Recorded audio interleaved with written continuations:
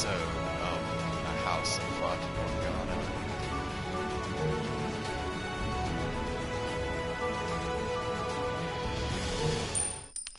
We are currently in the middle of Morgana's story. I guess I'll just give a warning right now before we even start this episode. Morgana's story is not for the faint of heart. So last time,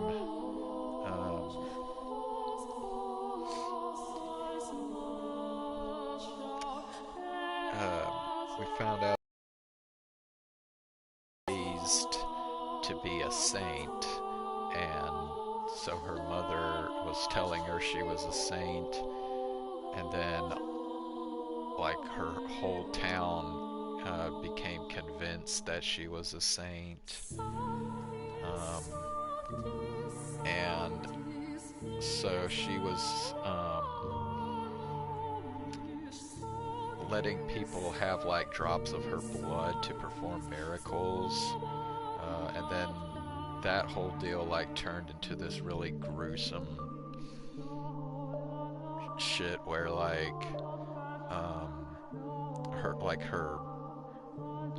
her hands were like covered in just her hands were like mutilated, then like her arms and even her legs, and her mother actually sold her off like a slave, and that's when like the whole blood thing went to like an extreme level. Eventually, she I think she escaped from this guy that bought her, and she found some people that gave her lotion that helped her, like her arms and her legs heal, but then her face was like shedding skin basically, and she couldn't get that to heal, so like her face was all like mutilated and shit. So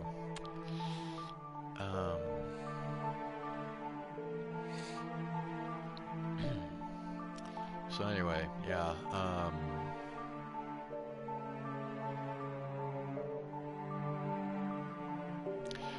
okay, so I guess it wasn't that she so much escaped, more as in like all the, like, because this guy owned like, I guess, quite a few slaves, and they all like revolted against him, and they won, so this guy no longer had any power. But anyway, 3 years after the revolt at the Lord's Manor, I had my 12th birthday, for which they threw me a little dinner party. The women all pitched in to bake me treats, and the young slave man was there too. I was happy. I thought that if life could continue on like this, I was fine with not going back to being a saint. But for some reason, happiness always seems to slip away as soon as you've got your hands around it. No one sincerely wants to lose it, so why must they? I certainly didn't mind not being miserable. Let me tell you what happened that night. On the night of my birthday celebration, bandits attacked the brothel. Now, bandits were hardly a rarity in that time, so everyone was always on the lookout, and we never went out at night.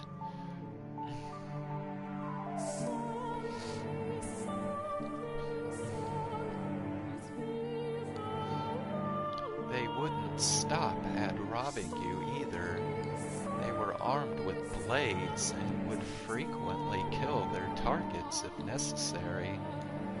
But cautious as we were helpless against a direct raid. The brothel fell into a panic, screams echoing in the night. The customers were carved up and left for dead. The women were bound and stowed away to be sold. My peaceful world shattered in an instant, and the next thing I knew, I was some slave trader's merchandise. I don't know what became of the prostitutes who cared for me, or the slave who brought me to them. I assume the women were sold and the young man slaughtered. But regardless, I found myself being rocked around in the back of a carriage once more.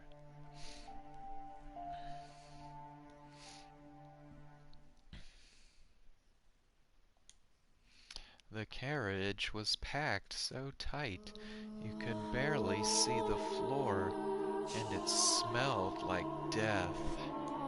Sweat, urine, feces, every foul odor imaginable compressed into a tiny space.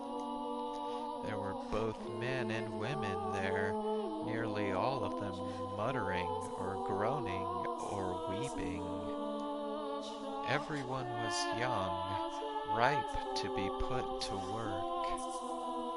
It didn't take me long to realize what fate awaited these people and me. And when I did, I just sat there in silence. Then, for the first time, I cried. I was experiencing, I believe, a very human emotion. I was sad, hurt that I had been away from a place where I was happy, from the women at the brothel and that young man. It crushed me, and no longer did I wonder why such a thing was happening to the holy daughter of God. Something about my tears must have seemed strange to him, because one man saw me and said, "Why are you crying?" He was a curious man. To start, he looked very different from anyone else. The color of his skin, the length of his nose, the shape of his eyes.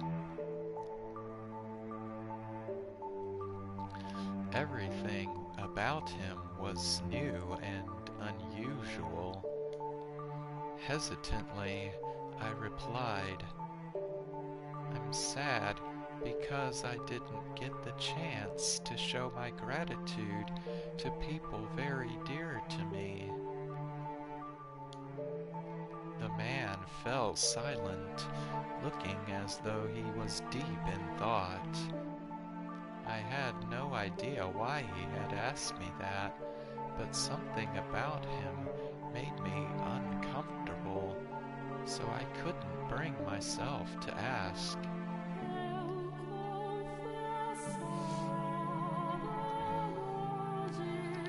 Several hours later, the man suddenly stood up. The guards had no patience for anyone stepping out of line, and they didn't look like they would hesitate to kill us either. So, unsurprisingly, one at the back of the carriage drew his sword and pointed it at the man. What was surprising, though, was what happened next. The man, his hands shackled like the rest of us, leapt for the guard, slamming his fists into his face and stealing his sword. The entire carriage was in shock. The guards were too stunned to effectively react, so they were quickly cut down. And because the one-man uprising had taken place between cities, there was no one the slave traders could ask for help before they were slaughtered. In the blink of an eye, it was all over, and there was nothing human about what I had witnessed. If I had to describe it, I would say it was as though a wild beast had attacked. The man ruffled through the slave trader's clothes until he found the keys, which he brought to me, ordering I unshackle him. And so I did as he commanded. Once they had had enough time to process what had happened, the would-be slaves applauded. Their wretched souls had been saved. And for a moment, I believed so too. When the man's hands were free, he rolled his shoulders a couple times, made sure everything was in place, and then he began his massacre. Screams of agony filled the carriage as he ran his sword through the helpless men and women packed inside it. Blood and guts were splattered against every surface. And those who tried to escape did not get far before being mercilessly skewered. It was like a scene out of a nightmare. I was frozen in place, not out of fear, but because my mind had shut down. I couldn't make sense of what was happening, so my mind rejected it.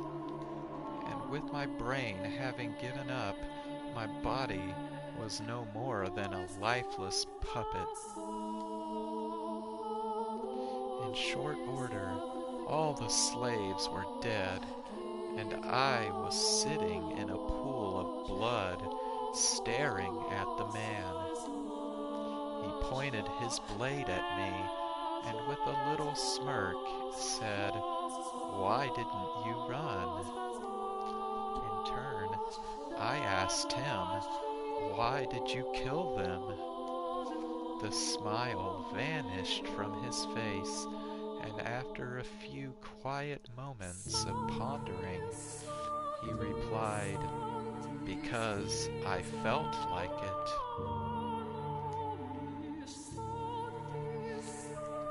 Okay, I think this dude is Bestia. How much you want to bet?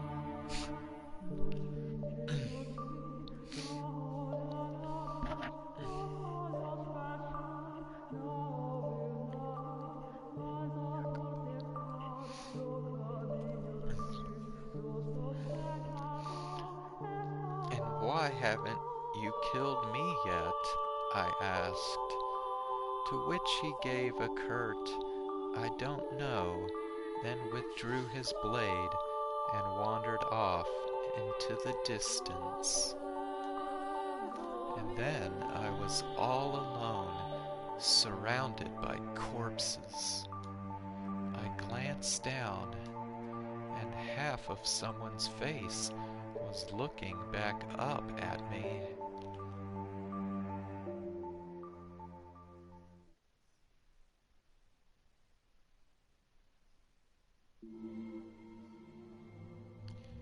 Wrapped in absolute darkness, warm blood spills onto my cheeks, my hair, my skin. Chunks of human flesh rain down on me. Urgh! Make it stop! Pitter-patter, pitter-patter. There's no end to the deluge. The smell of death fills the air. I'm struck with a wave of nausea so strong I can't hold back the contents of my stomach. But when my mouth opens to vomit, blood pours into it.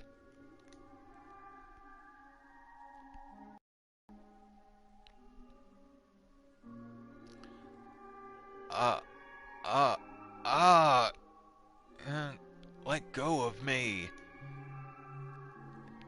Dead bodies grab at my ankles, dragging me down. To where? Hell? Or to the mountain of corpses? Now do you understand that there was a time, if but briefly, when I was happy? When I felt human emotions? But I wish I never had. If I had remained confined in my Daughter of God shell, then I doubt I would have felt so much terror at the sight of death.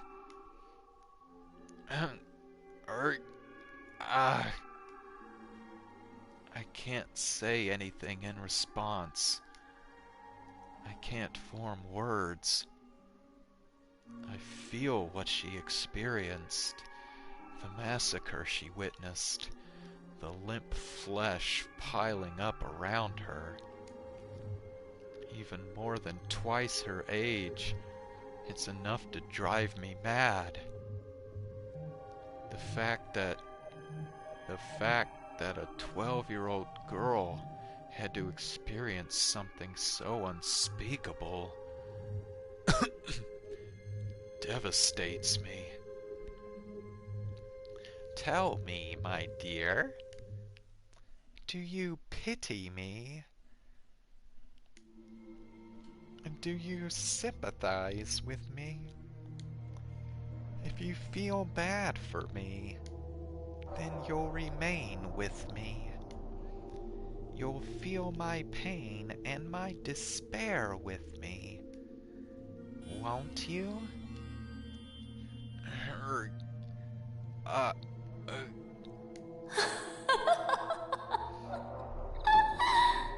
the witch's cackle echoes through the pile of bodies. There's not a speck of light, and hideous death lingers everywhere. Helpless to resist, I'm dragged down into a deep, dark ocean. An ocean of blood.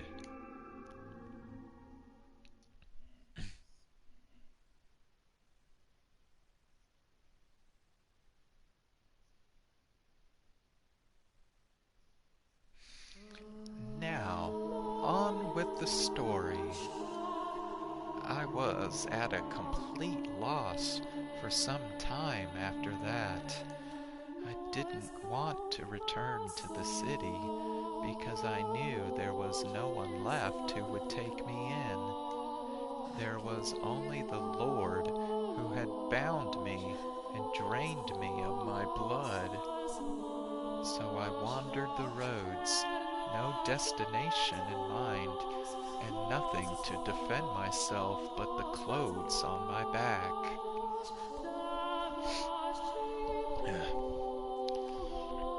Hold on, I'll be back in a minute.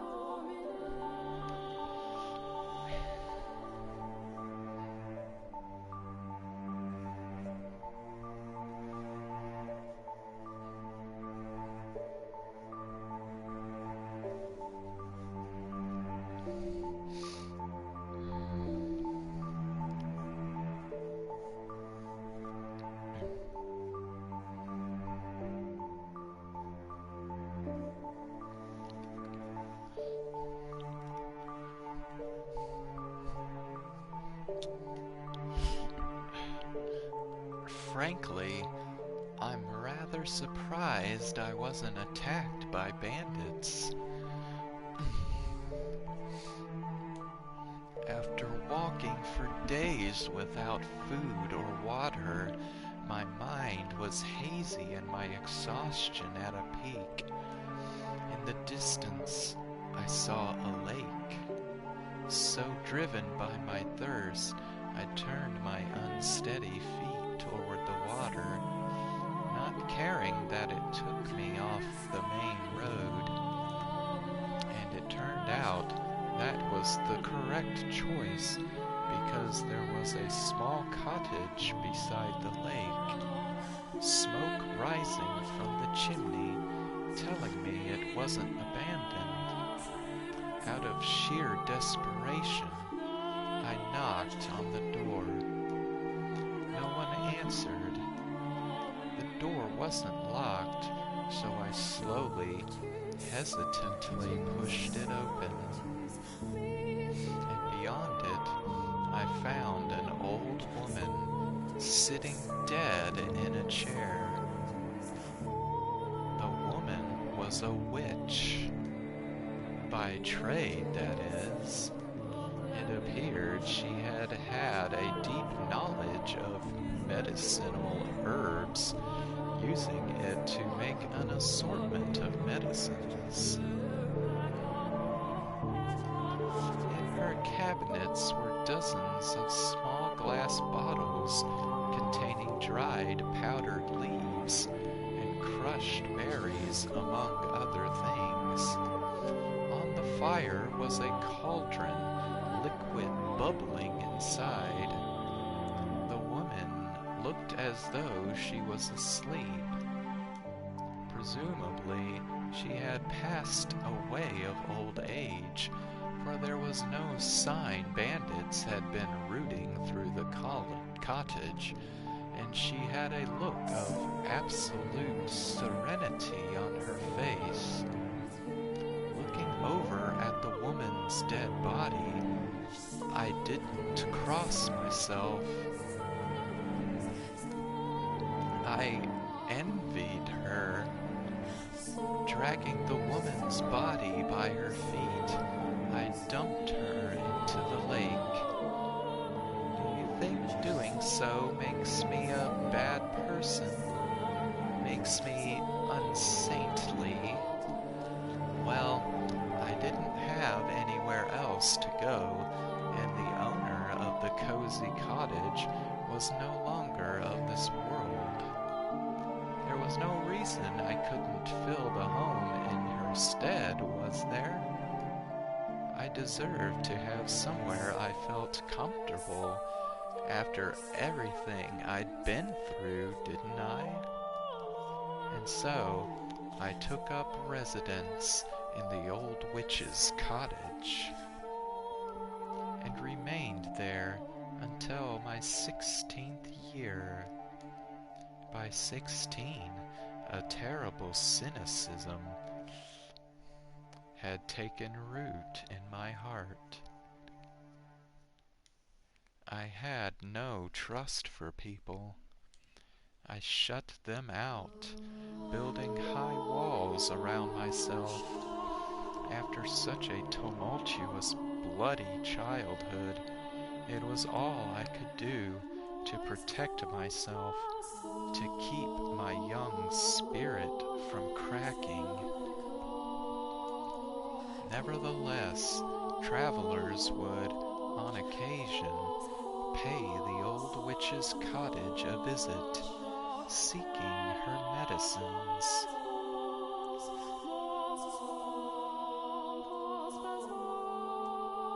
Whenever someone arrived, I would cautiously crack the door open, telling them they could trade for whatever they wanted with food, and never showing my face. One day, a young man showed up at the cottage. My sister has fallen very ill, and she desperately needs medicine. He was very soft-spoken. There was a distant kindness in his voice, which I thought unusual. Curious, what kind of person could he be? What did he look like? What expressions did he make as he spoke? To satisfy that curiosity, I snuck a peek at him through the crack in the door. He was a handsome young man with flowing flaxen hair. "It's Mel, I bet." And upon seeing me, he didn't flinch back in disgust. He smiled. According to him, his younger sister had fallen gravely ill, and though they had tried a number of remedies, she was still bedridden. The medicines I gave him, too, had no effect, but he persisted in his quest, visiting me again and again for new combinations to try. He wanted nothing more than to relieve even the slightest bit of his sister's suffering, and moved by his dedication to his family, I too wanted to do anything I could to help. For the first time in years, my world encompassed more than my small cottage.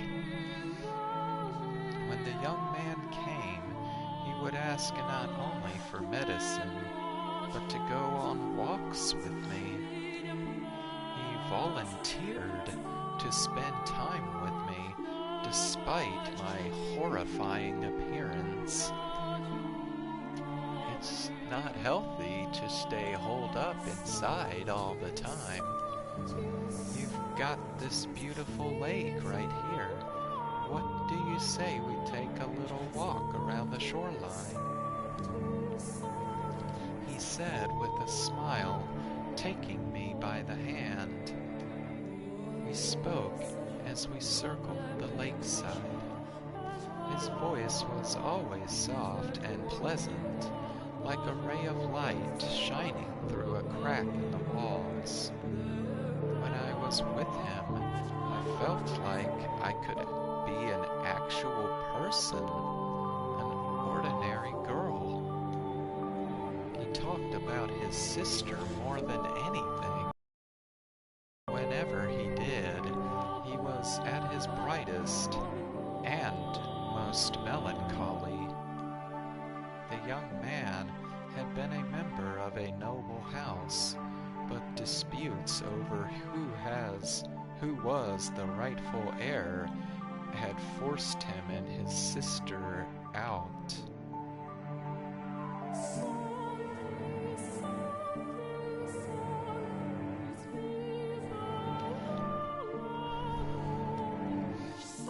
Shortly after that, his sister had fallen ill and was now bedridden. I'll take anything at this point to make her better.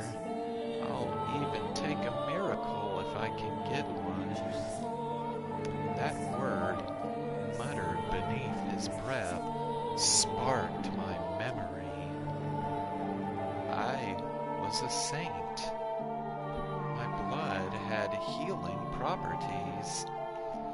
I had no reason to hesitate. Someone needed my help, and who deserved it more than this kind-hearted young man's sister? So I decided to tell him what I really was.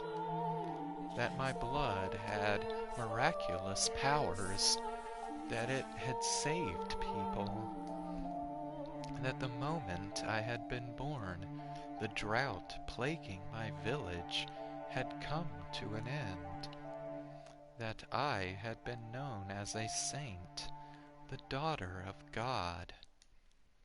I told him everything, and he believed it all.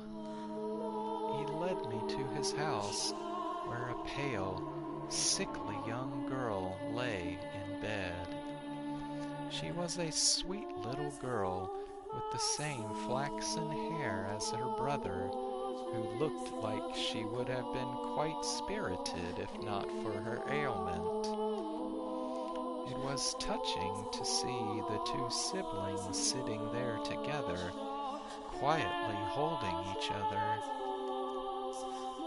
I would gladly give my blood for the two of them, and so I made a new cut on my arm, which had healed considerably thanks to the slave and the women of the brothel, and let the girl drink of my blood.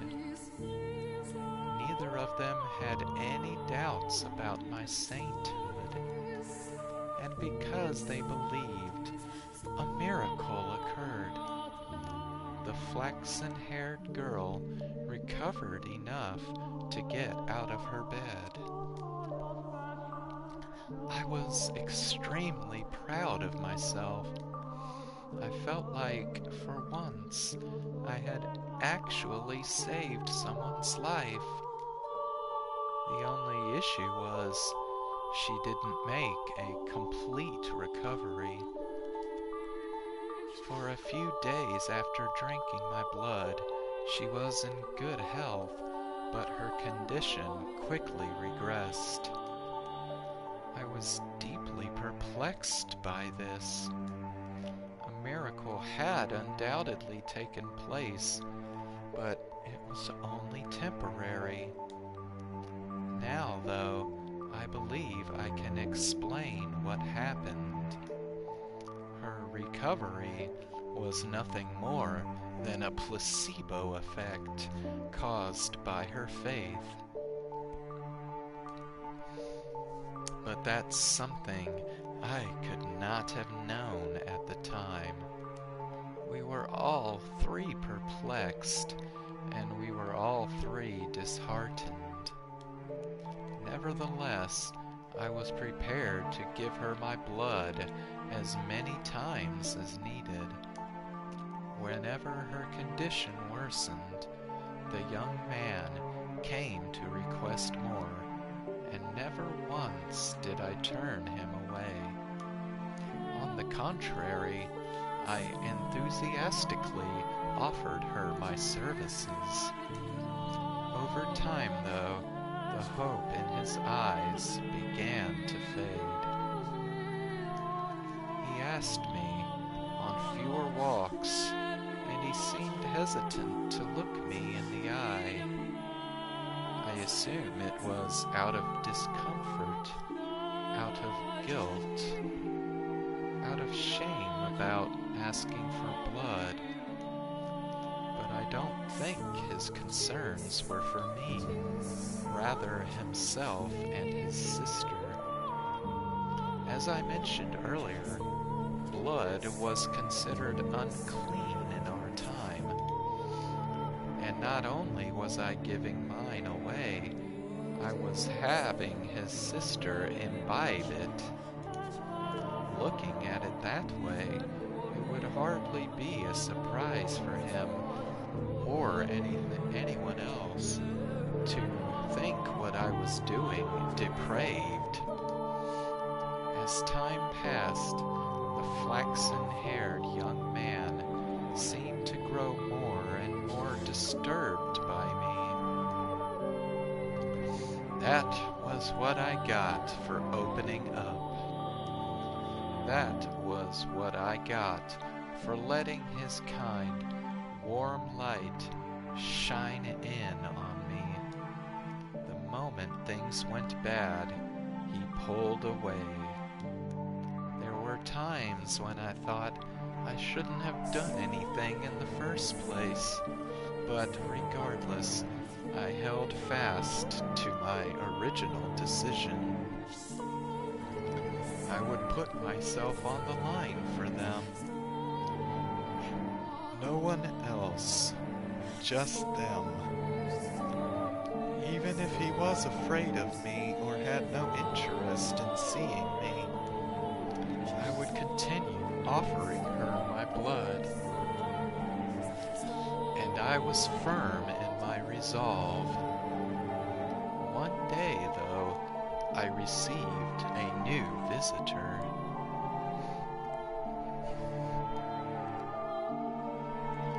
The young man was still the only one I would show my face to, the only guest I had let into my walls.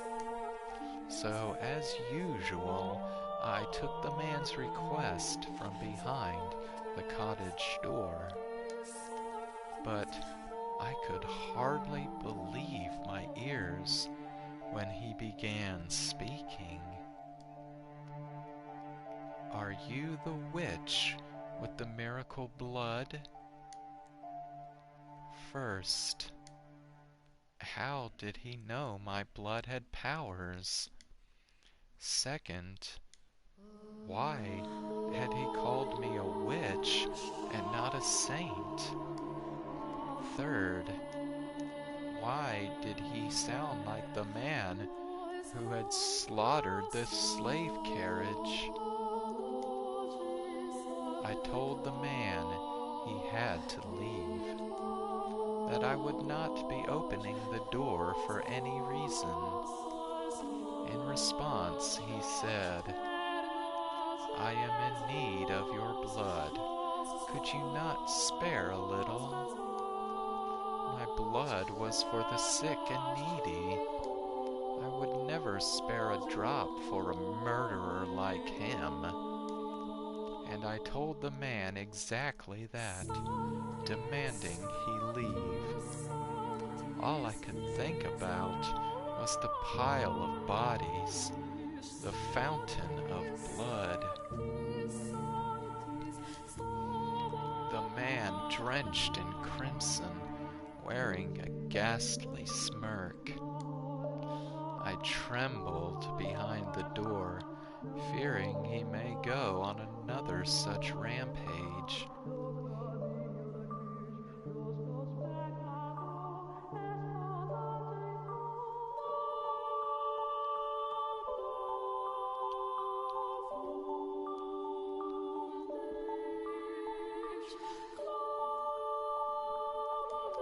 But instead, he gave a simple, "as you say," and went on his way.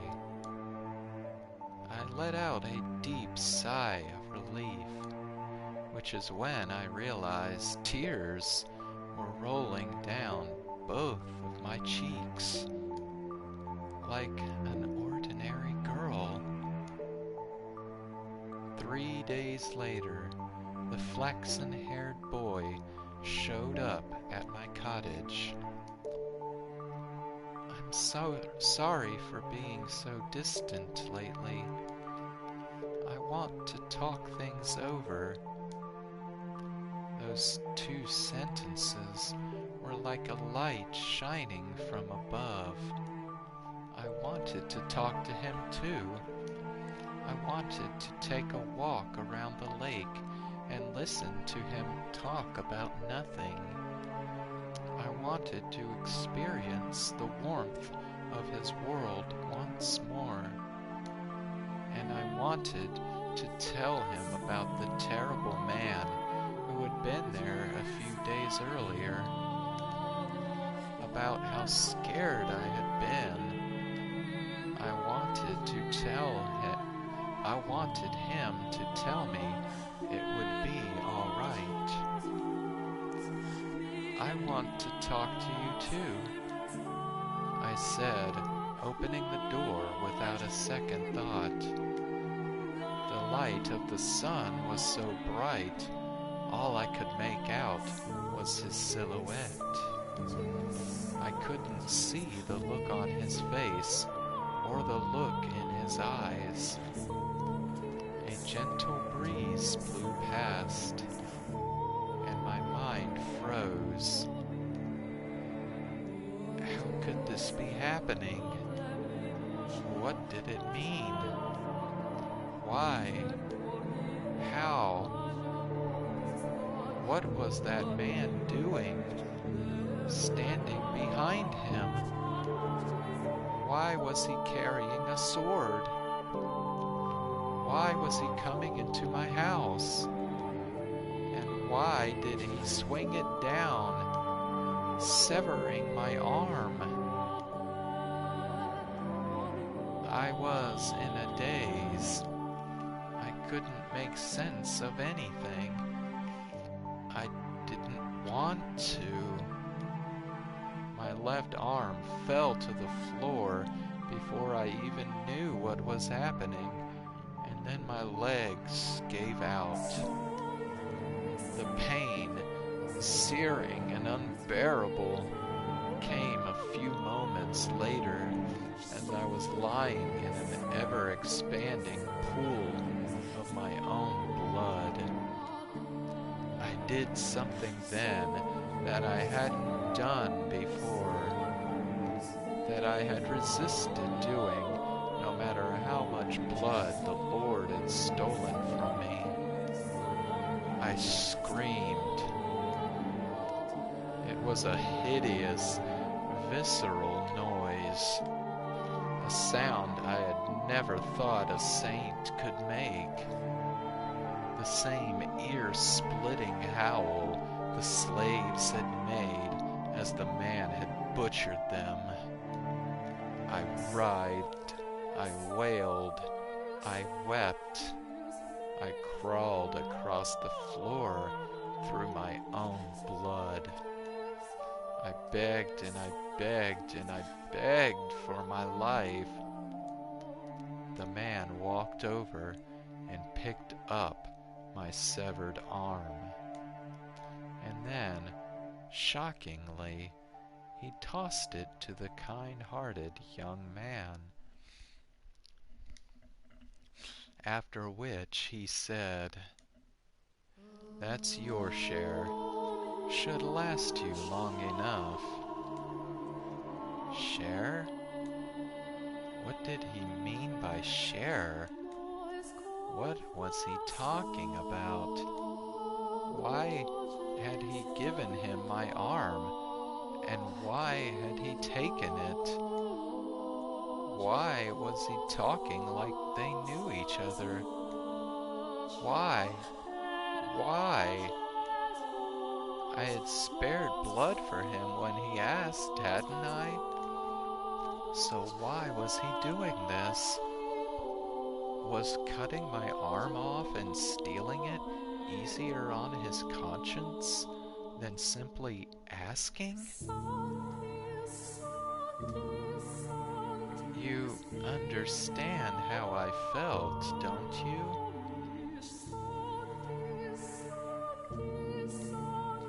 You can put yourself in my shoes, can't you?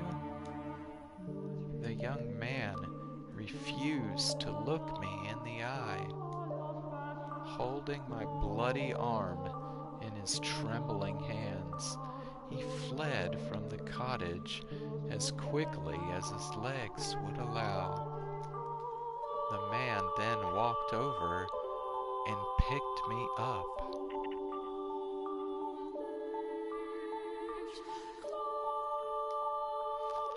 I had neither the strength nor the willpower to resist.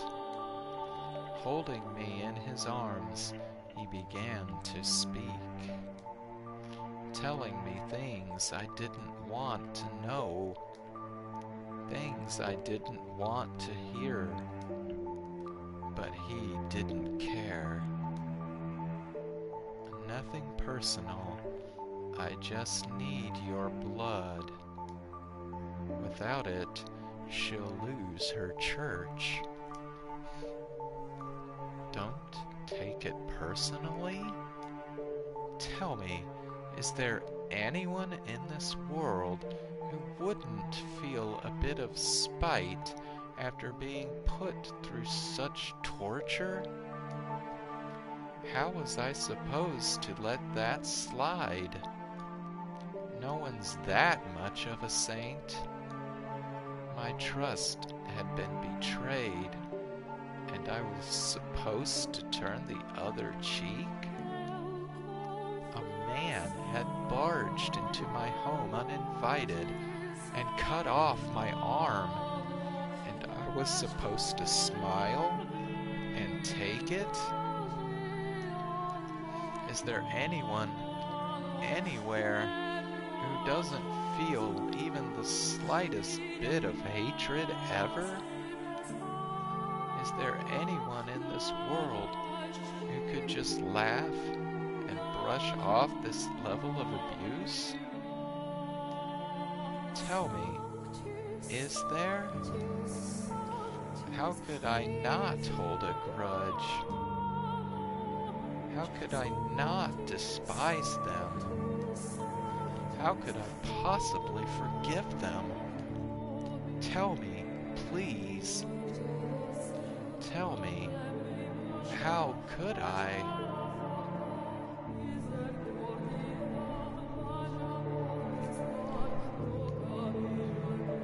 She needs the money. I needed some way of getting enough money to keep her church running. So the Lord made me an offer. If I brought him the witch with the miracle blood, he would finance a whole new church for her. The Lord? Why him again? Why couldn't he leave me alone?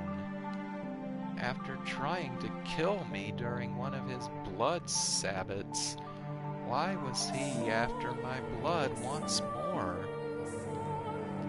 Had he learned it really did have miraculous powers and decided he wanted me back? You get to be the sacrifice to keep her church from collapsing, to keep her world from collapsing.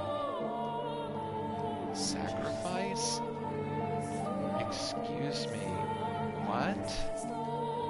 And what's all this about keeping her church from collapsing?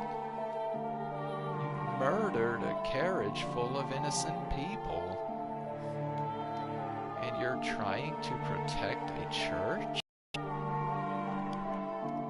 You?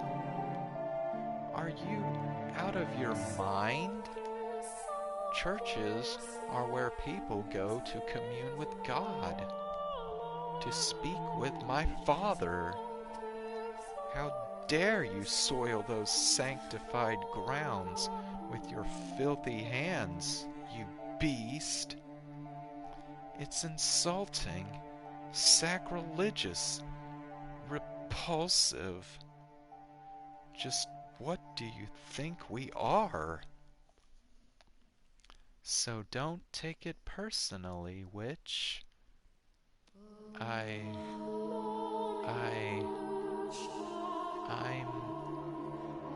not a witch. I'm a saint. I was a saint. My blood exists to do the Lord's work, not to satisfy the avarice of men.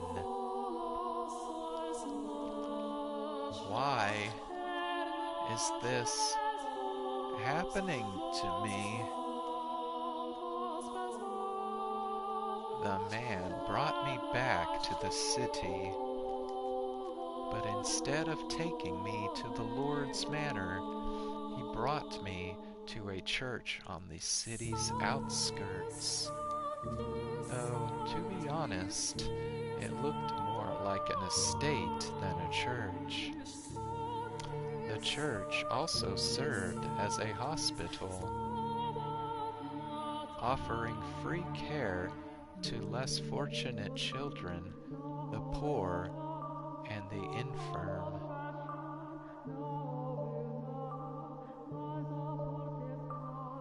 I wonder if this is the mansion.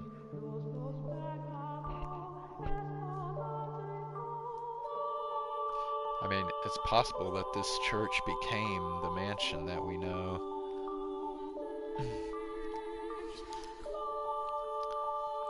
That was when I learned why he had said they needed money. The owner of the church offered unconditional assistance to anyone who came. food and supplies ran low, they would ration their own in order to keep helping others.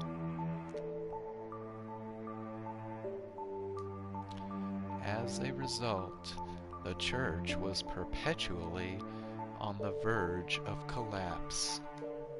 The church was run by a woman, something exceedingly rare for the time. There were no priests. All management was handled by a single nun who everyone referred to as the saintless. Oh, the saintess, sorry. This isn't Kingdom Hearts here. It's not the fucking Heartless. Okay.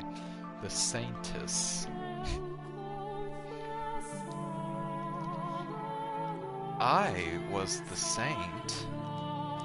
Why was this woman, who didn't have the ability to perform miracles, being worshipped like she did? Why did the people of the city idolize her? Yeah, I'm getting pretty tired, so I might make some dumb mistakes reading this.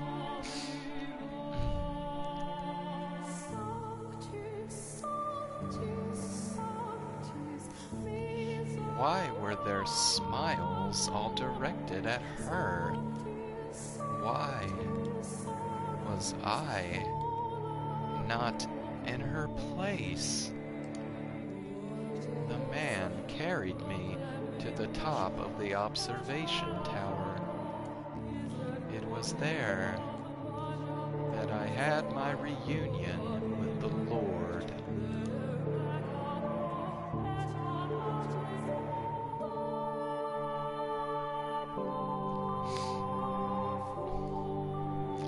I was to spill my blood for the people of the city, but also for the Lord's prophet. He was not offering free aid, but selling it as medicine. He claimed it was a miracle elixir, telling no one that it was actually my blood.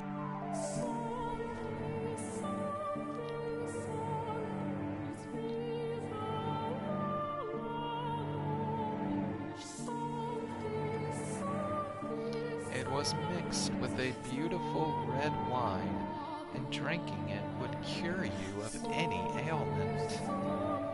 If they knew it was actually the blood of a witch, they would think it unclean. They would fear it.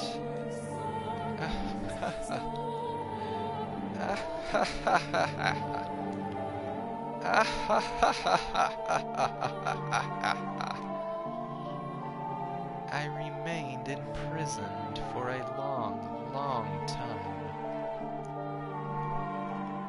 In the beginning, the swordsman guarded me, though before long, the flaxen-haired young man showed up as well.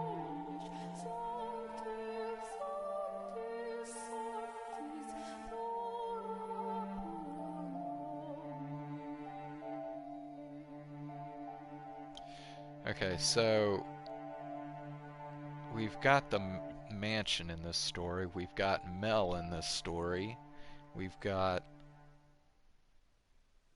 Bestia in this story, but I don't think Jacopo's been involved yet.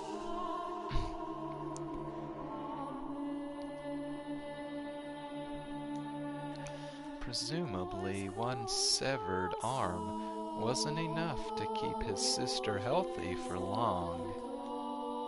In listening to their conversations, I learned that to ensure no one else could get in, the observation tower was sealed with 3 locks.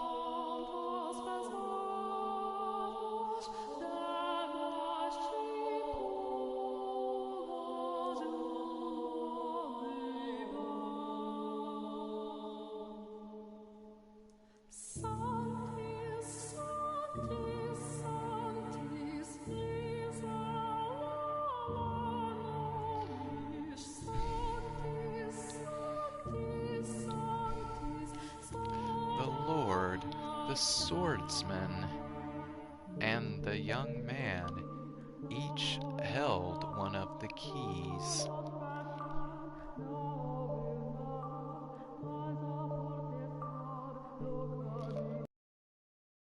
Word, I guess, could be Jacopo. We haven't really determined that for sure yet.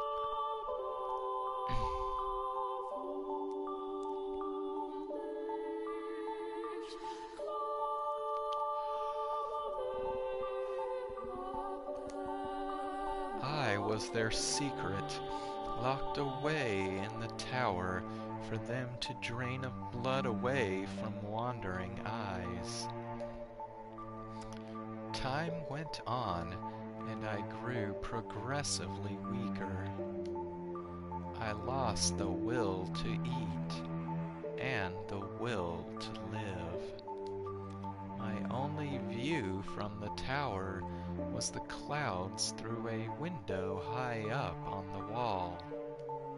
Occasionally, a pigeon would fly in, sometimes a butterfly, and I would glare in envy as it fluttered around, free to come and go as it pleased. And soon it was spring.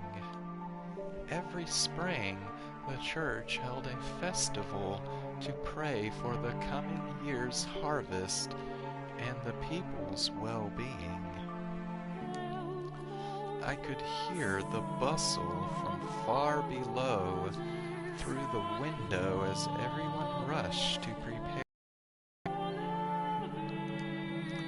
I heard the flaxen-haired girl's voice, who had regained her health drinking my blood.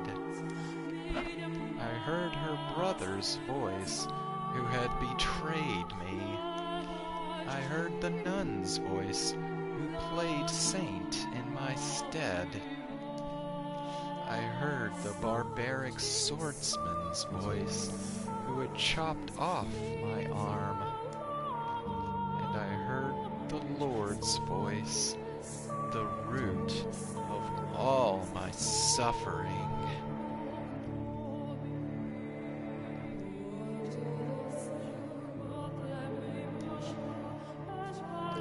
I heard people praising the saintess, though I, the true saint, was locked in the tower. I heard people thanking the Lord for his generous donations and miracle medicine, though it had all come from me. Propped up on my suffering, they cheered and clinked glasses of my bloody wine. Those merry, peaceful, cheerful, spirited sinners' voices resounded in my tower, and at noon on the day of the festival, the church bell tolled. 1, 2, 3, 4, 5, 6, 7, 8, 9, 10, 11, and with the 12th chime, I died. As the bell's last pealing faded into silence, the tower's door swung open. Standing on the other side of it were the 3 men. They must have wanted to drain a little more from me to use in the feast. But they arrived at the worst possible moment. The flaxen-haired young man was the first to express his consternation. Why, I never wanted her to die. Was she not eating? Bro, these people are surprised, like locking this person away in a small fucking room, never to go outside. Like, what do you think's gonna happen?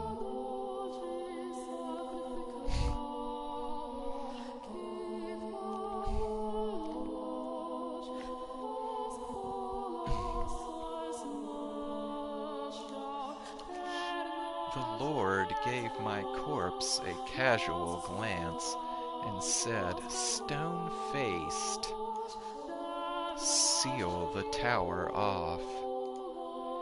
Understood? No one finds out about this. How can you be so calm? Do you understand what you've done?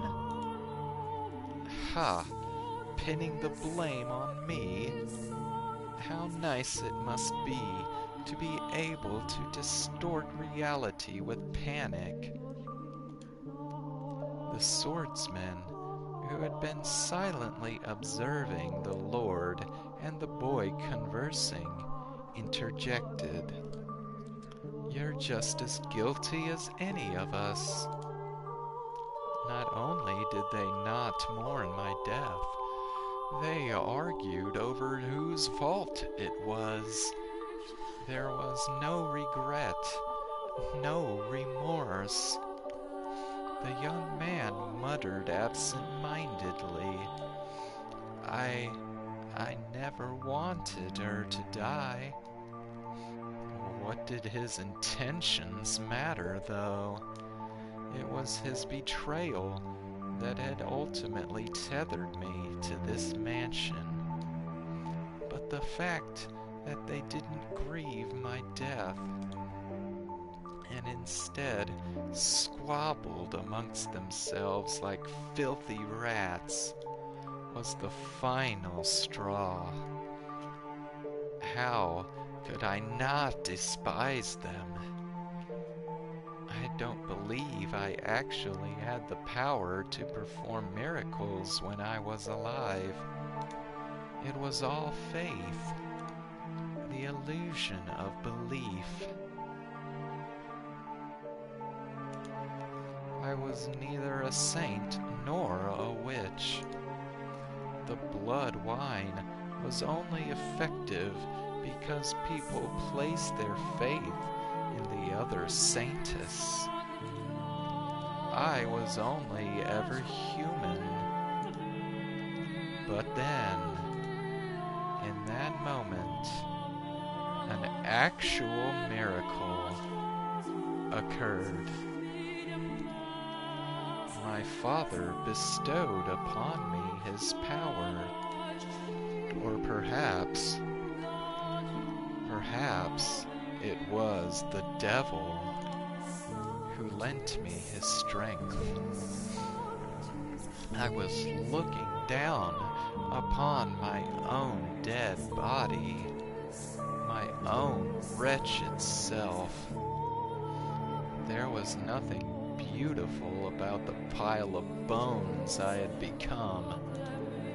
I could almost smell the rotting flesh. That was once a saint? I laughed at the thought. It was absurd, ridiculous, and infuriating. They would pay. Those who had cast me into this hell, who had mocked me, who had done this to me, who had made a witch out of me. Hatred coursed through me, revulsion at everyone on these grounds still smiling. They would know just whose dead shoulders their little party was resting upon. If they wanted so badly to call me a witch, then a witch I would be. I would kill them, every last one of them, place a curse on their souls. And so I made my wish. Most people might consider it a curse, but to me it was most certainly a wish. And my father, or maybe the devil, granted that wish. From the garden there rose a scream. The flaxen-haired young man knew that voice better than anyone. He went deathly pale, darting down the spiral staircase until he reached a window. A young girl was on her knees, vomiting blood in the grass. The young man let out a yelp as he descended the remainder of the staircase. As soon as he reached the garden, he lifted the girl in his arms, but she had already perished. Realizing this, he cried to the heavens, saying the one thing he should have kept to himself. The witch killed her. The blood of the witch killed my sister. That wine you're drinking is no medicine. It's the blood of the witch. You're all drinking witch blood. Crushed by the loss of his only family, the young man picked up a silver fork and plunged it into his own throat, ending his life. Naturally, there was an uproar. Goblets of wine crashed against the earth in rapid succession, as the people holding them fell to the ground and vomited or convulsed. The nun was the first target of their outrage. What she had claimed to be medicine had turned out to be blood, an unclean substance. The blood of a witch, no less. A servant of the church, a servant of the Lord, had given her followers blood to drink. And at this, their indignation surged uncontrollably. The people surrounded her, tying her up and throwing her to the ground.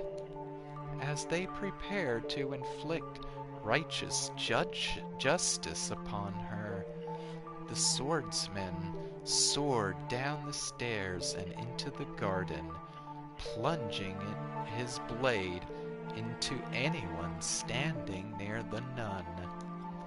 The cries of agony ringing through the church grounds were ear-splitting. It was no longer a place of God, but hell on earth. Hell built up by the hands of man. Hell painted red with the blood of their brothers. The people armed themselves with anything they could find and went after the man. As much of a beast as he may have been, he stood little chance against such numbers. It is the fate of a beast to be exterminated by those he terrorizes. And once he was gone, the nun had no one left to protect her.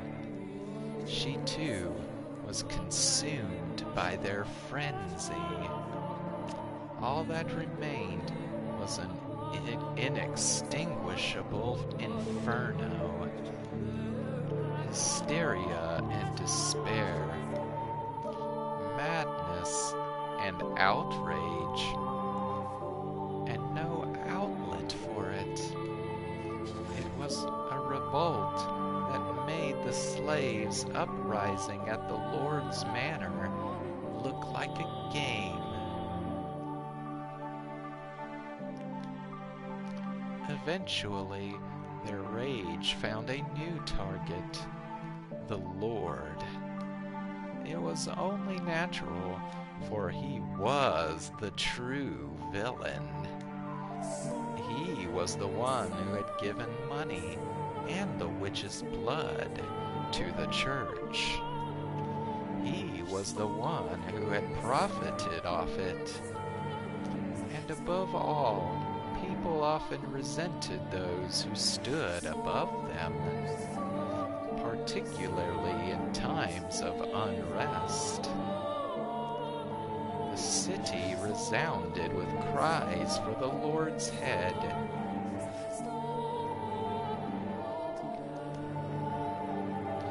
And he looked down upon it all from the safety of the observation tower.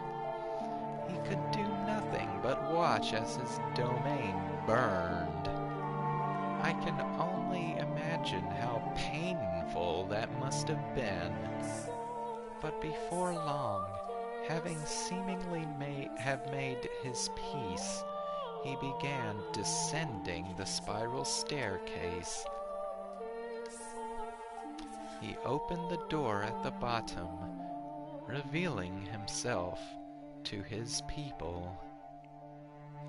But before the door had swung all the way open, before he had had a chance to say his final words, someone ran a blade through his chest. With that, the raging furor mostly settled down, but it was hardly the end of the destruction. Mere days later, a plague befell the city. Dreadful black spots covered the flesh of the infected. They writhed in pain, screaming and vomiting blood.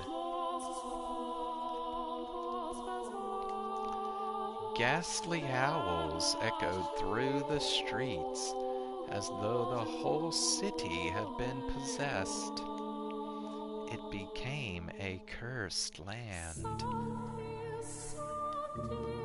In their diseased haze, the people muttered again and again, "We have been cursed by the witch."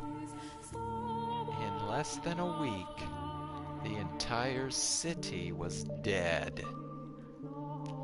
My body was left abandoned at the top of the observation tower, and as if to seal the curse away, in their final days, the people shuttered all the windows, wrapping the house in darkness.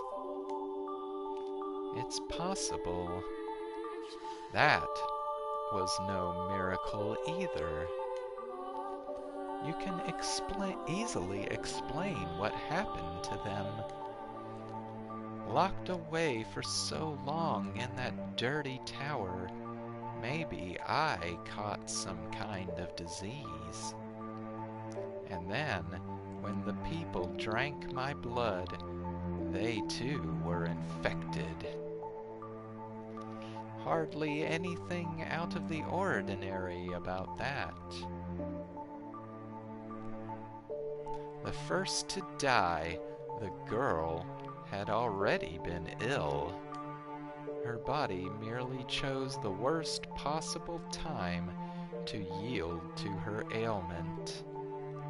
That was all that had happened. Indeed, it was nothing more than a fluke, an improbable stroke of luck, an unbelievably unfortunate accident for the city and those three men, and an indescribably fortunate accident for myself. But I wish to believe it was a miracle, that even if my blood didn't have healing properties, and even if I wasn't a saint, my wish, my curse, was what caused that uprising. That was my miracle, granted to me by God or the devil. I chose to believe that, and that my miracle took on its true form thereafter. My curse had brought death upon the three men, but for whatever reason, my rancor was far from sated. They had died. So what? Death is but a transient agony. It's nothing compared to what I went through. So I made my next wish. I wished for their reconstruction. I wished eternal suffering on their souls. I wished to trap them in a never-ending cycle of pain and hatred. This was my wish for the flaxen-haired young man. He treasured his dear sister, and he desired a quiet life. So I wished for him to have just that. And I wished for his dearly beloved sister to love him more than anything in the world. For his world to be destroyed by love gone too far. This was my wish for the beast-like man. He was conscious of his tendency for violence, and he yearned to be more human.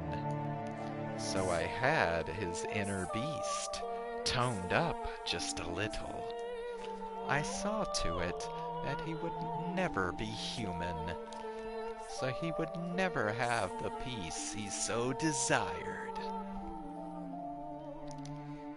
My wish for the Lord was more straightforward. He seemed to have great affection for wealth and authority, so I ensured those were the only things he could ever have.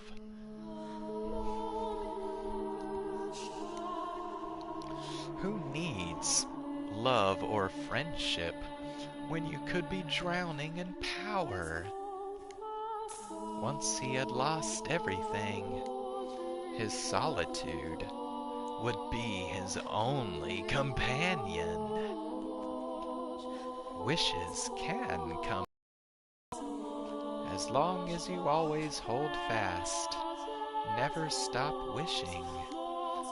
Never surrender. They can come true. Eternal suffering on all their souls. An endless cycle of reconstruction and unavoidable tragedy. Tell me, my dear, do you sympathize with me? Will you curse them with me? Will you take my hand and revile them with me?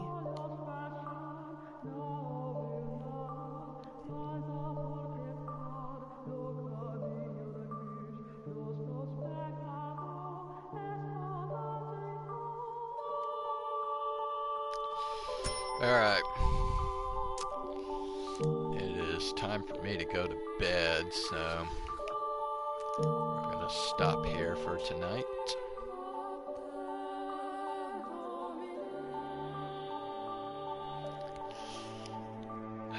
Man, I feel like I'm just gonna fall right asleep tonight. Okay, well, enjoy the rest of your night, and I will be back again tomorrow.